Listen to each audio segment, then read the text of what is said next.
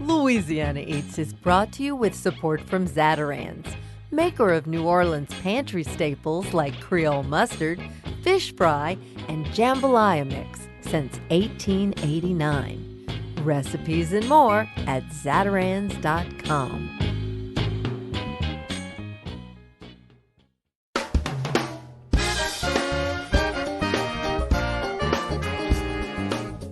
From our studios in the Southern Food and Beverage Museum in New Orleans, this is Louisiana Eats. I'm Poppy Tooker. Do you have a sweet tooth? If not, fair warning, by the end of today's show you will. We begin the sweet story at Swiss Confectionery, the place, for nearly a century, New Orleans brides have seen their wedding dreams come true. That distinct almond-flavored wedding cake is so ubiquitous here in New Orleans, wedding cake is considered a flavor of its own, particularly at local snowball stands. Then we travel all the way to Baltimore to meet Mitchell Goetze of Goetz Candy. He's the fifth generation to guide the 123-year-old family business there. Wait till you hear the sweet, although scandalous tale of how his great-grandparents came to meet and marry. Then we visit Elmer Chocolate in Ponchatoula, Louisiana, our very own heritage candy company. Although they've been around since 1855, it may surprise you to learn that one of the largest, most modern boxed candy companies in North America operates right here in our own backyard. From wedding cake to caramel creams, we've got you covered on this week's Louisiana Eats.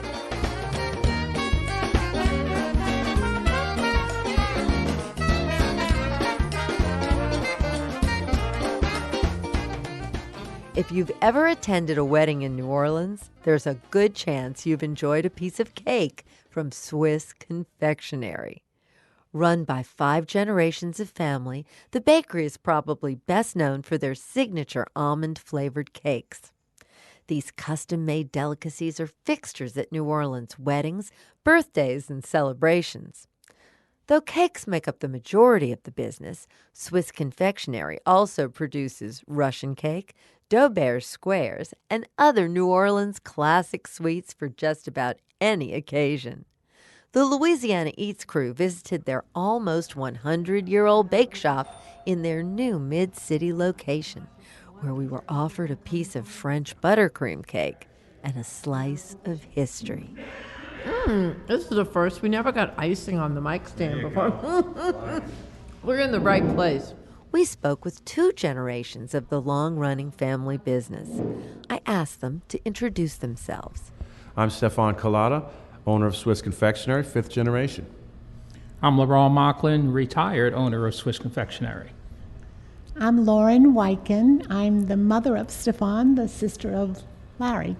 Larry is Lawrence's nickname.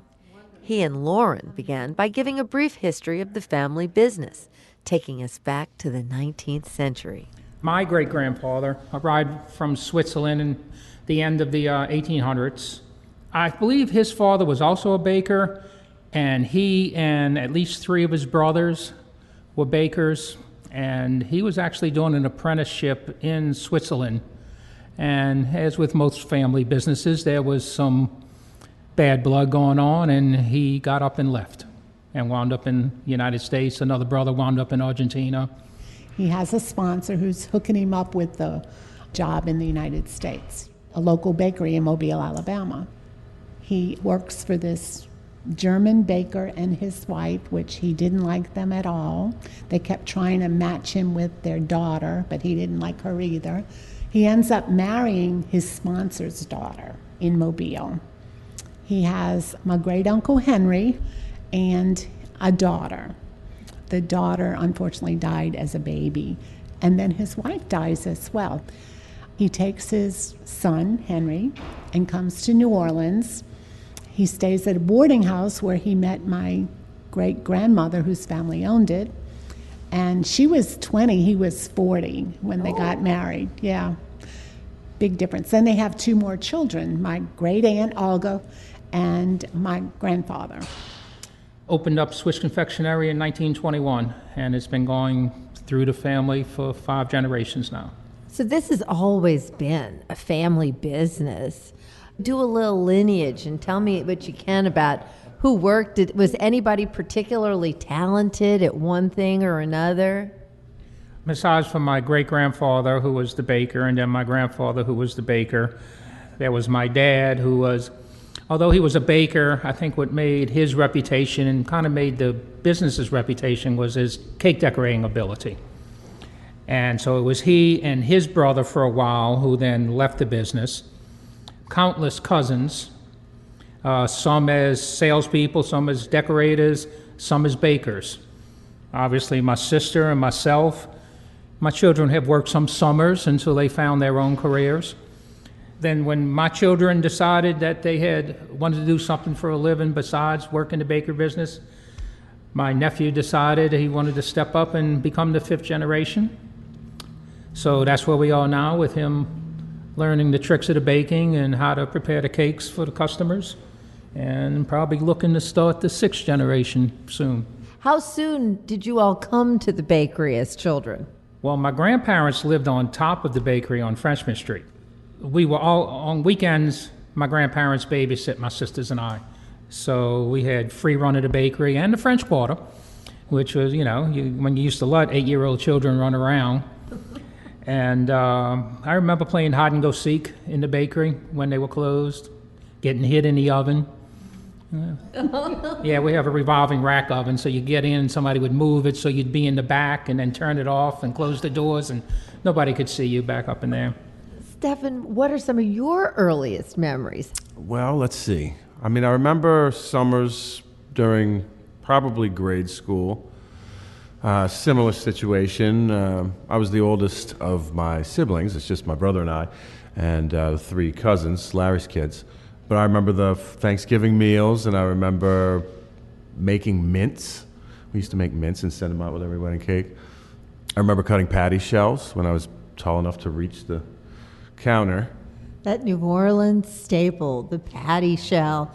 And I'm so glad that you mentioned those mints, because I do think in a lot of people's memories, those little buttercream flat mints in pastel colors are a big part of what they remember. Why do they remember that? Why was that important? It was on the table of every wedding cake, right? Right. A lot of the caterers, pretty much when they'd ordered a wedding cake from us, they'd say, and a pound of mints to match. And that went on forever, where we would be making 40 pounds of mints during the week.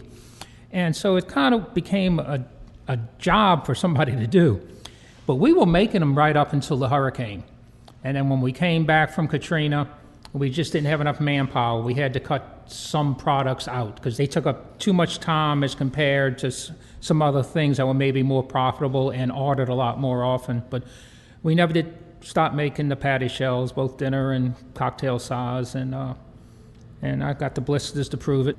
Is this baking ability in your genes? Did you just come on this earth with this knowledge?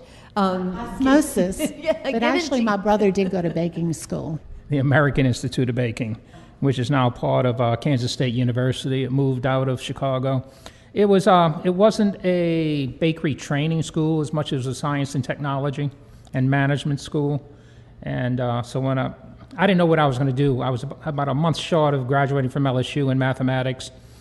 I had no idea what I wanted to do for a living, so I had been working at the bakeries for all the summers and at a bakery in Baton Rouge between classes. And so one day I called up my dad and said, hey, if you send me to Chicago, I'll come to work for you. So we came to an agreement, and that's how I wound up in it. But actually, I suppose just like my dad and my grandfather, we learned much better by standing next to our dad than we could have learned in the school. Because my dad did go take some courses at Delgado in baking science, and where you go to work is going to train you the way they want you to anyway. Now, when you came home from Chicago, did you bring some newfangled ideas with you that you put into place at the bakery? I brought a lot of new ideas, but they went right out the front door when my dad heard them. I wanted to mechanize a lot of stuff so I wouldn't have to work so hard. And we did buy some new equipment along the way, but it turns out, it's better to do it by hand a lot of times. Now, at what point does wedding cake become the primary business here? Well, I guess since I've been working here 45 years, so I probably know more of the history than anybody at the table right now. I think what caused it was my dad's really good cake decorating ability, and the decision to go out to caterers and offer to supply them with cakes. Like a no hassle, one-stop shop. I can remember a whole lot of wedding cakes when I was a kid. My dad not being home on Thursdays and Fridays, just decorating wedding cakes, where there were times, even after he retired, I can remember doing 70 wedding cakes a week. And the decorating was hard, but much more difficult was getting them all delivered at the times they wanted them. And that's kind of why we started pulling back from those type of numbers. It was just too hard getting all those cakes delivered to the hotels and caterers at the times they wanted them. And on the streets of New Orleans. And I can remember no air conditioning in the delivery vans also. I'm sure you've got lots of disaster stories. So that's what I remember. Yeah. I mean, when I was old enough to help someone else carry a wedding cake, that's pretty much what I did on the weekends for, extra money. And there were definitely some cakes got dropped or didn't make the trip, or, the heat, the roads, the traffic, whatever. There's no more excitable human than a bride. What in the world do you do? Hopefully we fix it before the bride even knows. Or make another one, or Tell the story after the hurricane at Muriel's. we were in the French Quarter, and middle of the day on a Saturday, right in front of Muriel's, and so right there at the square, and there was a fire hydrant formerly where I parked, and my helper jumped out of the van, and what was left of the fire hydrant was a pole that was right about knee-high, and so as he came out of the van with the cake in his hands and took a step back, it hit him right in the back of the knee, and he tumbled backwards, and the cake flips over, and the board hits him in his head, and he's bleeding, and it's pretty cold to me, but I'm laughing because the whole thing was just great to watch. It looked like a cartoon, I imagine. And we're surrounded by tourists, and everybody's, oh. And then it was my own stupidity, I guess. I was just we were so busy. I didn't even clean up the mess. We drove away because we had so many other cakes to deliver, and we're going to have to come back and deal with this. We got a phone call. My uncle had to go out there with a broom and clean up the delivery driver dropped a cake and didn't even clean it up. Oh. 8 more cakes on the truck. I had to go. And as soon as I got the call, I was grabbing the snow shovel and the broom already, knowing that there was nothing they could do to pick up the cake. Was they going to pick it up with their hands? No. And throw it where? I've done it. Oh, ouch. If you had to guess, how many wedding cakes over time do you think that you all have been responsible for? How many weddings has Swiss Confectionery been a very important part of? You mean since 1921? Yeah, give me a guess. Almost 100 years? It's got to be tens of thousands. Well, to do the quick math, you figure we were much fewer wedding cakes in the 20s and 30s, and then it started picking up, and now we, averaging 25 or 30 a week now. But overall, say we average 20 a week, that's 1,000 a year. So it's Oh my goodness. Yeah, it's more like 100,000. That's 100,000. 100,000 wedding cakes. 100,000 brides. That's a frightening thought. Some of them are second and third marriages, so let's not get carried away.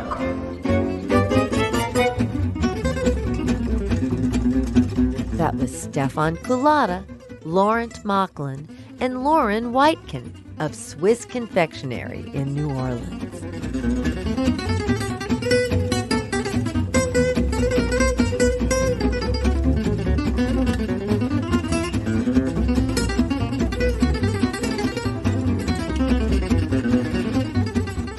Coming up next, we learn the rich history of Goetz Caramel Creams. Louisiana Eats returns after a break.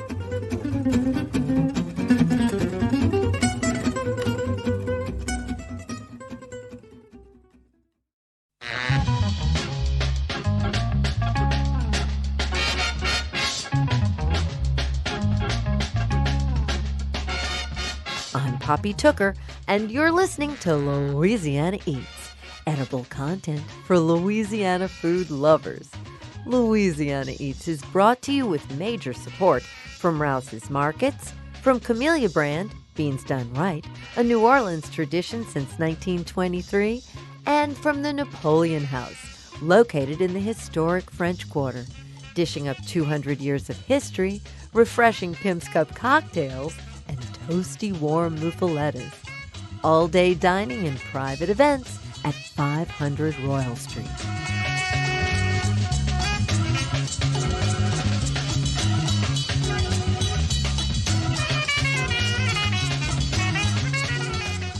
Back before World War I, in the year 1895, a father saw an opportunity to both buy a struggling chewing gum company and leave behind a legacy for his son to nurture. In that year, August Goetze bought the Baltimore Chewing Gum Company for his son William to run. 123 years later, that company, the Goetz Candy Company, is still a thriving business. We had an opportunity to speak with August's great-great-grandson, Mitchell Goetze, about just how far the family has come. I asked him to begin by telling us what he knew about those early years. August Goetze and his son William purchased the Baltimore Chewing Gum Company in 1895. Actually, August was the father, actually purchased it, and William ran it. So William was the first operator. We have a classic picture, I believe it's on our website, of William and his first 22 ladies. Yes, I'm looking at that picture right now. It is adorable. Yep, classic picture. And if you look really, really closely, I shouldn't say this, but I will, the lady sitting next to him has her hand on his knee under his arm. Oh, yes, I do. Let me guess, is that your great-great-grandmother? They later wedded, yes, but it's I'm actually in our conference room, and there's a picture on the wall. I happen to look up, and he's staring at me, so I don't think I should say any more about that. Or when I'm here tonight by myself, I might hear some stairs creak or something. But that's sort of the broken branch in the family tree. But it's a unique picture. It's been around here forever, and nobody ever picks that up unless you look really, really closely. So they buy this chewing gum company, and did they immediately begin to make changes with candy additions?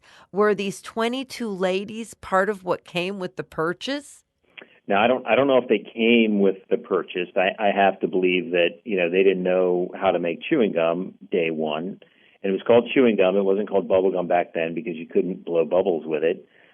Back before artificial gum base, which is in gum today, which is why you can basically chew it forever and it doesn't fall apart. Chewing gum was made out of the chicle tree, which is kind of like a rubber tree. And so my grandfather says you would chew this gum, and most gums at that time, you would chew it, and after a while, it would just start falling apart in your mouth. It was somewhat more medicinal than it was confectionery or entertainment. To chew gum like spitting on the street was not the most pleasant thing to see somebody do. But if you look at a lot of our old packaging and signage and some things that we have here and that we've actually found on the internet, a lot of the taglines are, reduces indigestion, makes you feel better. So there really was a function to chewing gum back in 1895 and before. Chewing gum somehow inspires a candy called Chewies. Yes, I think so. We got into the caramel business by mistake. So basically, my grandfather, Melvin, who passed away in 2011, he was third generation, and he wanted to become a doctor. He was going to medical school. And so when he went off to the Second World War, we actually have the letters that basically, and they're really well written and they're very interesting, he basically talks to his son about, when you come home, I hope you join us in the business. And so he did. When he got out of the war, he, joined the candy company. And he always tells that story because he said, geez, I could have made 10 times more being a doctor, but it was just kind of the right thing to do. But certainly later in life, he felt like he did far better here than he would have been, the medical profession. So it's sort of around the time you all make this move that the Chewies come into existence. What's the story behind that? So chicle was an imported product. Chicle trees, much like rubber trees and cocoa trees, they don't grow in the United States. So it was imported, and I can only imagine what they did back at the turn of the century importing, raw materials. But when the Second World War rolled around, they had a really hard time importing chicle. And if you know any of the history of the William Wrigley Chewing Gum Company, they started around the same time. But what they did is they started buying chicle plantations, something we did not do. And so as the supply became tight, they obviously were able to get chicle, and we were not. And in order to survive, my grandfather said, basically his father, my great-great-grandfather, they just started making general confections. Because if you think about back in that time as well, there were a lot of regional food and confectionery companies because there was no refrigeration, there were no trucking lines. What was made in a certain region kind of stayed in a certain region. So there wasn't a lot of competition. So if they went to Chicago and ate a kind of a cool piece of candy, they would come back here and they would try and make it, and that wasn't unique to us. And everybody sort of became general line confectionery companies. So when we had a hard time getting chicle, the natural thing to do was, okay, well, what else can we make? And one of the items that we thought we could make, because it was similar to chewing gum, was caramel. But we never made caramel before. And we used to have a little kitchen, my grandfather said, in the back. And every day for lunch, all the workers would go back there. And there were obviously no microwaves, so people would cook things on a stove. And they just started trying to make caramel, burning sugar and milk and making it brown and seeing what they could do.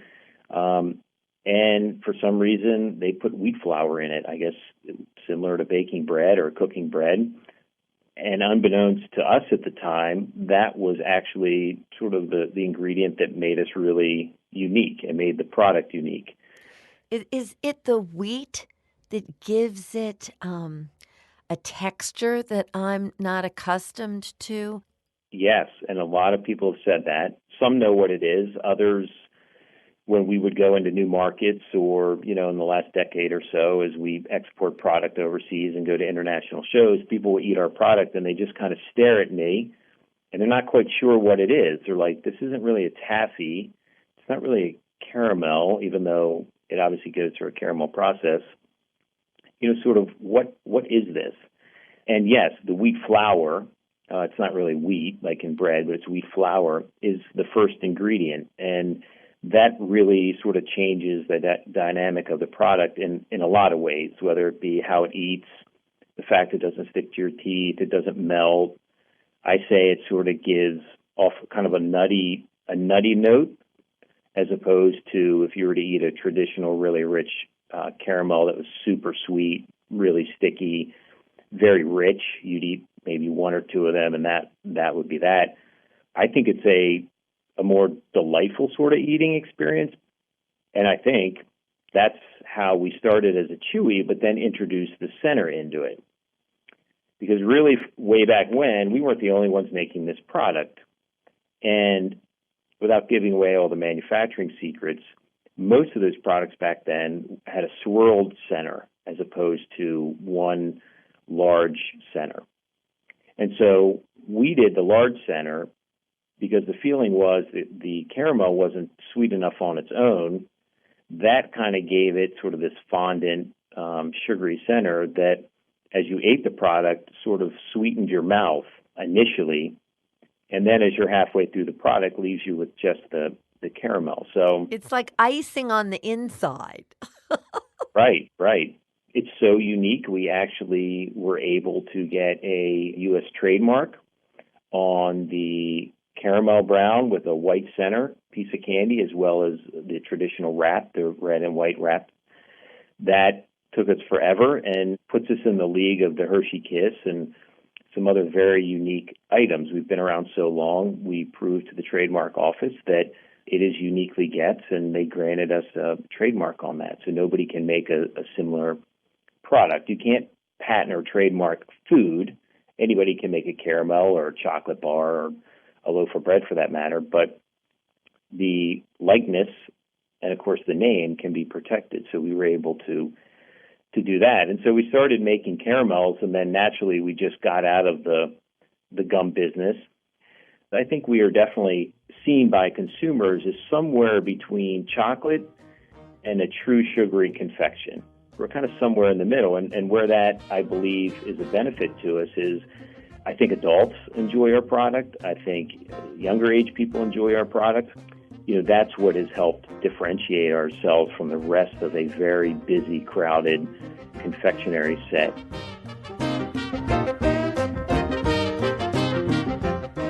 That was Mitchell Goetze, fifth generation owner and operator of the Goetz Candy Company.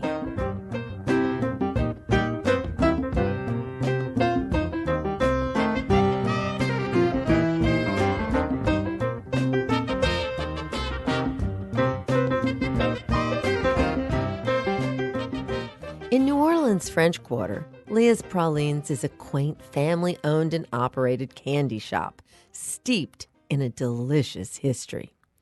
Purchased by the glamorous Leah Johnson in 1944, Leah's Pralines boasts the title of oldest candy shop in the Vieux Carr. I stopped into Leah's one rainy afternoon to speak with Elna Stokes and her daughter Suzie, who's the third generation to work the family business, and learn more about the Johnson family's history with pralines. Hi, I'm Elna. I've been running the shop for 31 years. It was my Aunt Leah's shop. Since 1944, it's been in our family in this location. I'm Suzie, Elna's daughter, and I work at the shop every day. I make candy, wait on customers, and do general management stuff. Well, let's take us back to the start. Explain to me who your Aunt Leah was and how she became so well known for her pralines.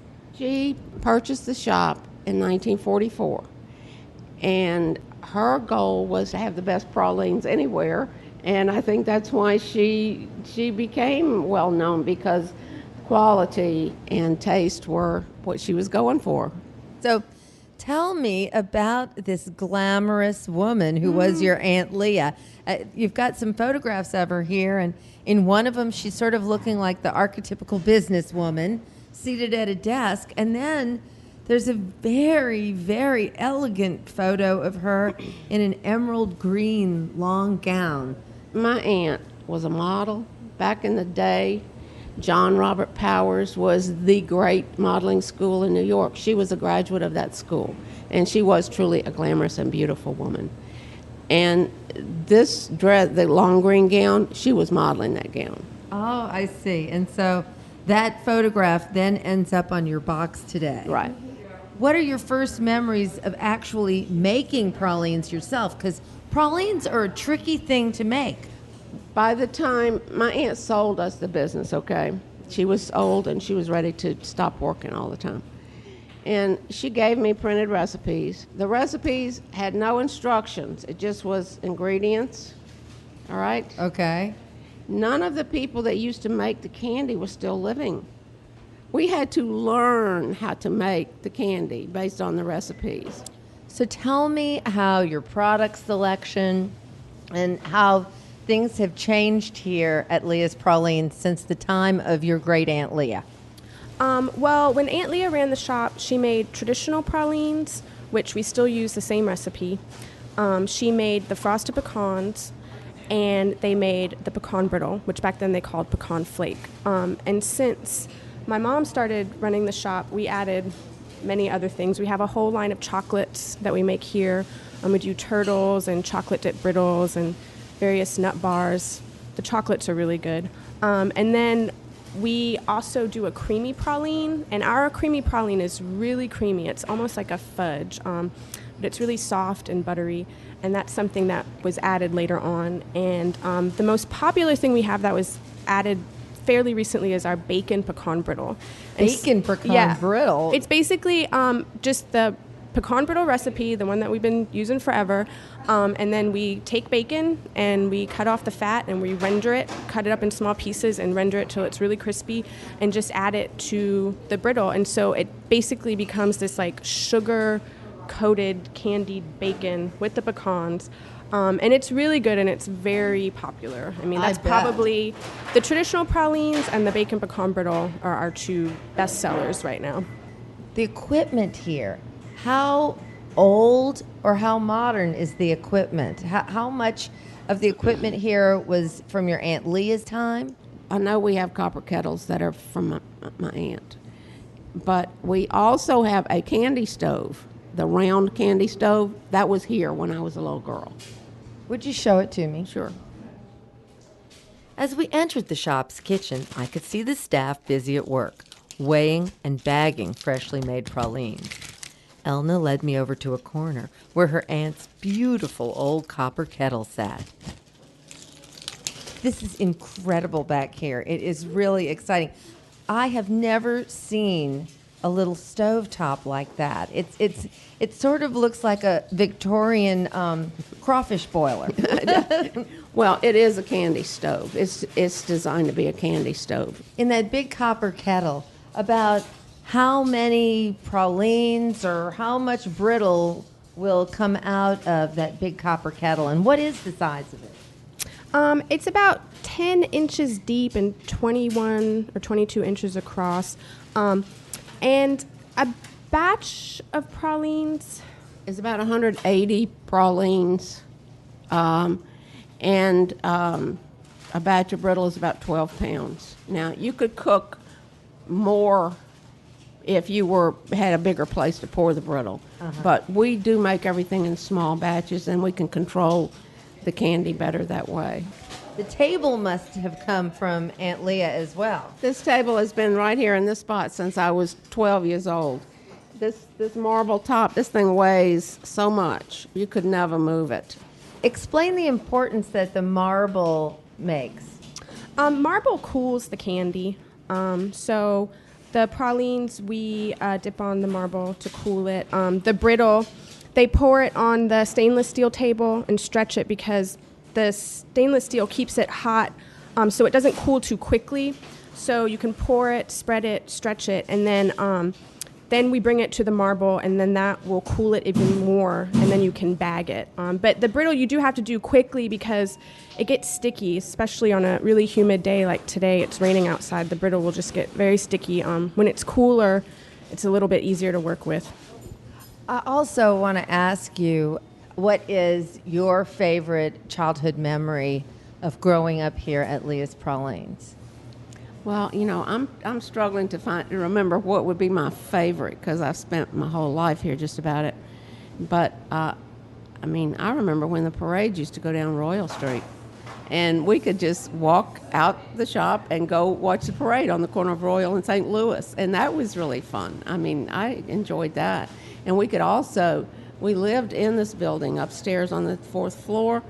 And we had not a balcony but a rooftop that we could actually see the parades from, just walking outside the apartment, and we could see the parades on the corner.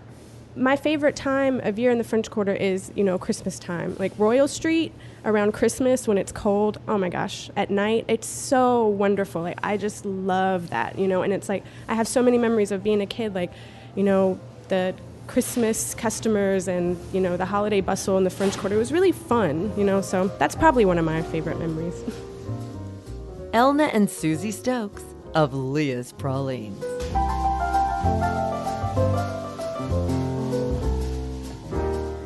Have you ever wondered why Louisiana cane fields are often burned before being harvested each fall?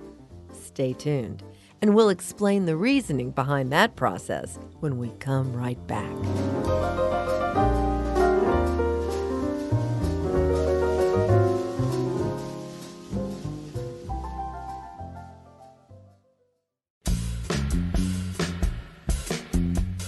I'm Poppy Tooker, and you're listening to Louisiana Eats, edible content for Louisiana food lovers. Louisiana Eats is brought to you with major support from Popeye's Louisiana Kitchen and Zatarain's. Have you caught our Louisiana Eats Quick Bites podcast yet?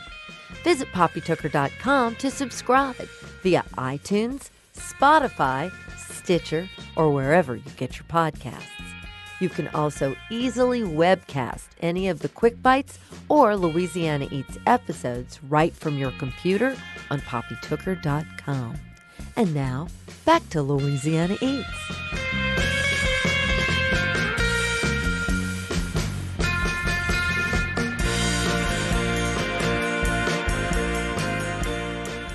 Here's this week's culinary quiz question, brought to you with support from Popeye's Louisiana Culinary Institute.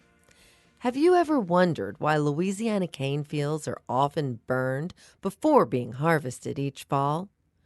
Farmers burn sugarcane before harvesting to eliminate leafy stalk tops before the cane is cut and delivered to the sugar refineries. That lowers the cost of production and makes harvesting in the fields more efficient. It shortens the amount of time that harvesting takes by almost 10% and increases the yield of the refined sugar as well as the quality. Farmers refer to the process as a prescribed burn, which means that the application of fire takes place in a confined, predetermined area, allowing them to carefully manage the resulting smoke and ash. I'm Poppy Tooker, and you're listening to Louisiana Eats.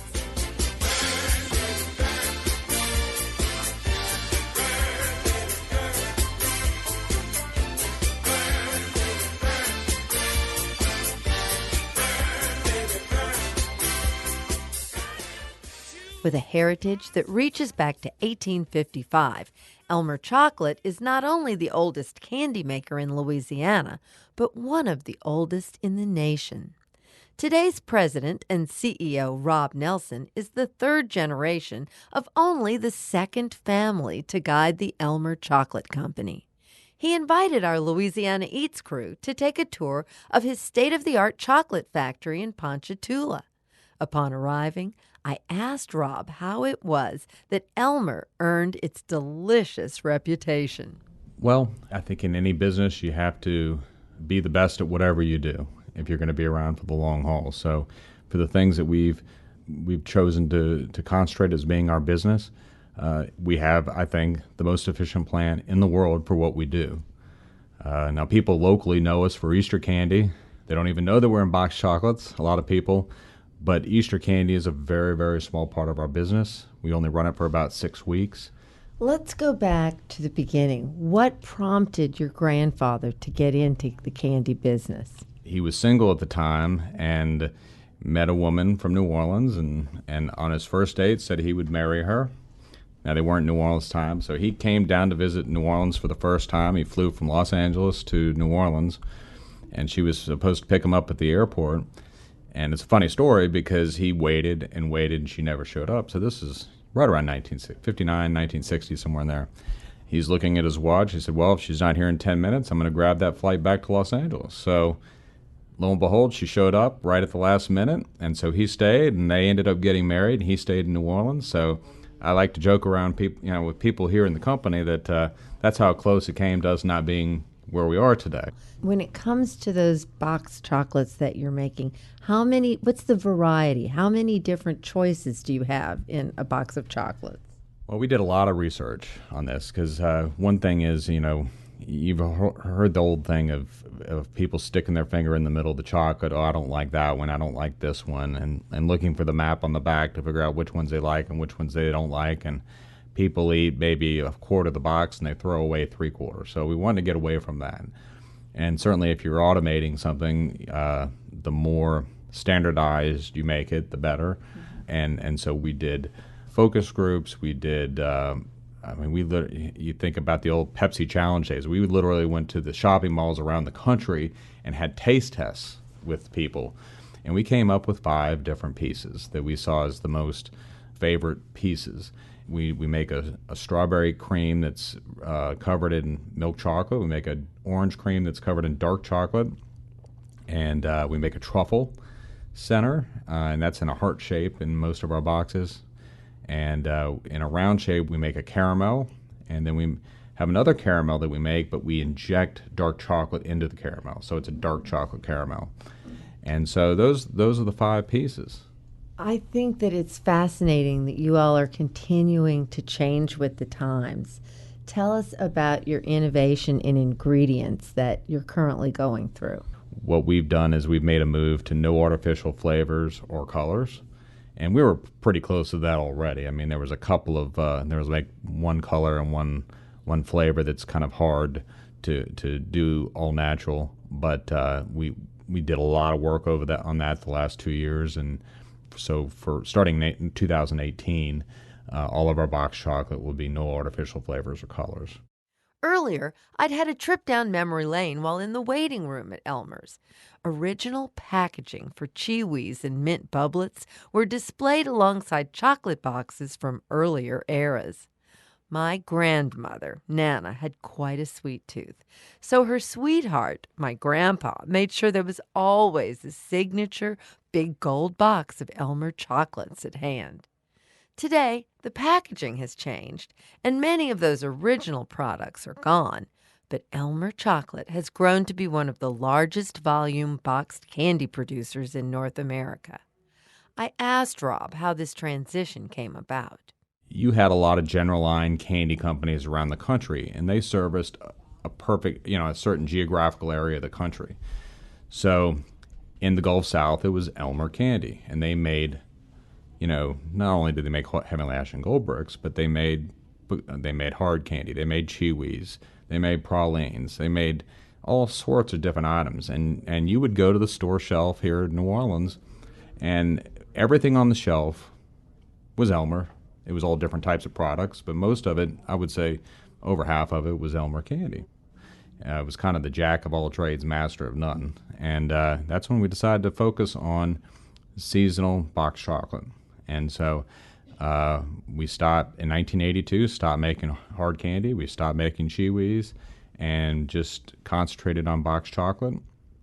Now, where the innovation came is at that point in time in the Valentine box chocolate market, you basically had a 1 pound heart. That was the big seller. Everybody had a 1 pound heart. And you had a 2 pound heart, you had a half pound heart, and a quarter pound heart. So, and you had 1 or 2 people making all these boxes for all the different candy manufacturers in the country. That quarter pound box, that 4 ounce box of chocolate, retailed for about $1.99. And we figured out a way to make the box, assemble it here, in line, pack it, and be able to sell it at a price where a retailer could buy it, we could make some money, they could make some money, and they could retail it at $1. So, this retail for this item that, there wasn't a lot sold at the time. It was either $1.49, $1.99, and overnight, here it is, it's sold for $1. And it opened up a whole segment of Valentine. It's now, in units, the biggest segment of Valentine.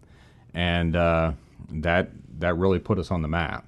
And so as we've grown as a company, you can now go out and buy hearts that are $20, $25, $30, but the bulk of what you find are $1. And that same box that we made in the 1984, 85, it was $1. It's still $1.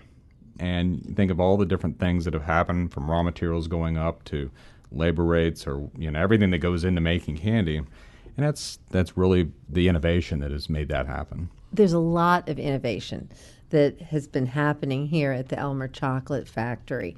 Tell us those wild numbers.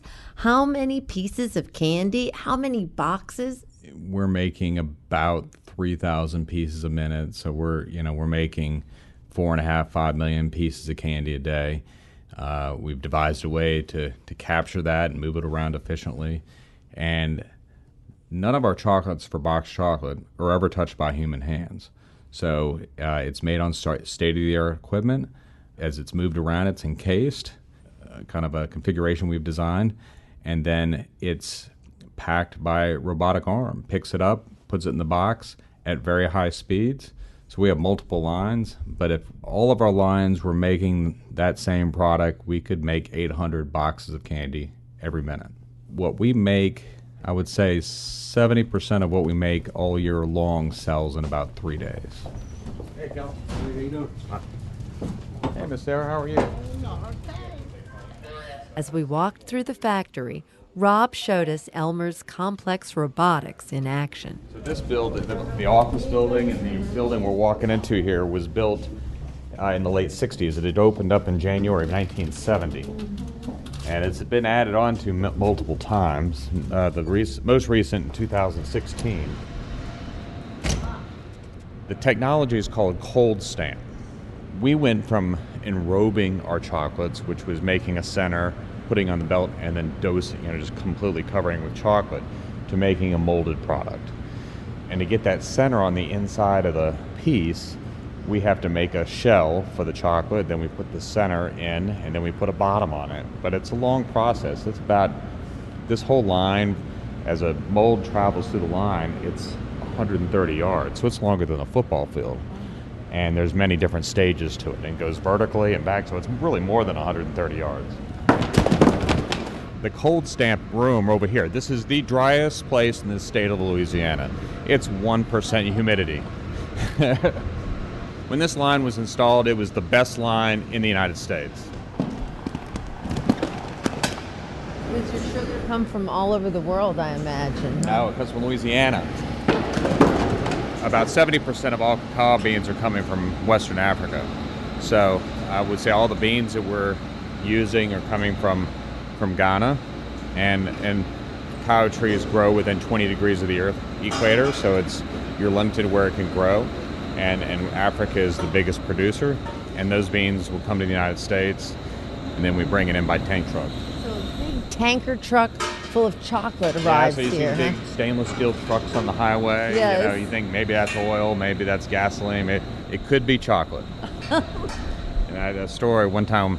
This is a long time ago. This is probably back in the 70s. But we had a truck that was delivering chocolate, and he took a wrong turn, and he went down the wrong street here in Ponchatoula. Anyway, he was going over a railroad crossing. I think he jackknifed the truck, and so the chocolate started coming out the top of the truck. And all the kids in the neighborhood ran over and were like showering in the chocolate. They thought it was the most amazing thing ever. Oh, that's crazy. No, we didn't use that chocolate afterwards.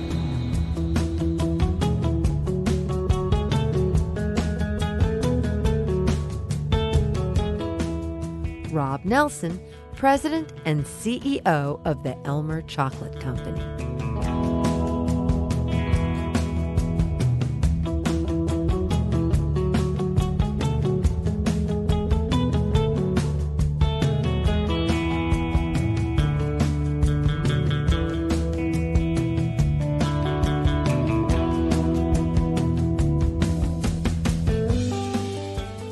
That's it for this week's edition of Louisiana Eats, edible content for Louisiana food lovers. Have you visited poppytooker.com lately? That's where you can hear our new Quick Bites podcasts and also order a personalized copy of my new book, The Pascal's Manali Cookbook. You'll find a full list of personal appearances and scheduled signings on the website too, as well as directions for how to find us. If you've missed an episode of Louisiana Eats, you can hear today's show or catch up on previous editions anytime online at itsneworleans.com. Louisiana Eats is made possible with major support from Popeye's Louisiana Kitchen, Zatarain's, Rouse's Markets, Camellia Brand Beans, and from Don's Seafood, where the Landry family has been serving real Louisiana Eats since 1934. Visit Don's Seafood at one of their 6 southern Louisiana locations. Additional support for Louisiana Eats is provided by the Shreveport-Bossier Convention and Tourist Bureau and from the Palace Cafe, home of the Weekend Jazz Brunch featuring a build-your-own Bloody Mary bar, located in the historic Whirline Music Building on Canal Street. Original theme music composed by David Parmerlow and performed by Johnny Sketch and the Dirty Notes. Big thanks to senior producer Joe Schreiner, producers Sarah Holtz and Reggie Morris, and to our business manager and social media maven, Maddie Mullidew. Come visit us anytime in our Louisiana Eats studios at the Southern Food and Beverage Museum. We're on Instagram and Facebook, too. Louisiana Eats is a production of Poppy Tooker Broadcasting.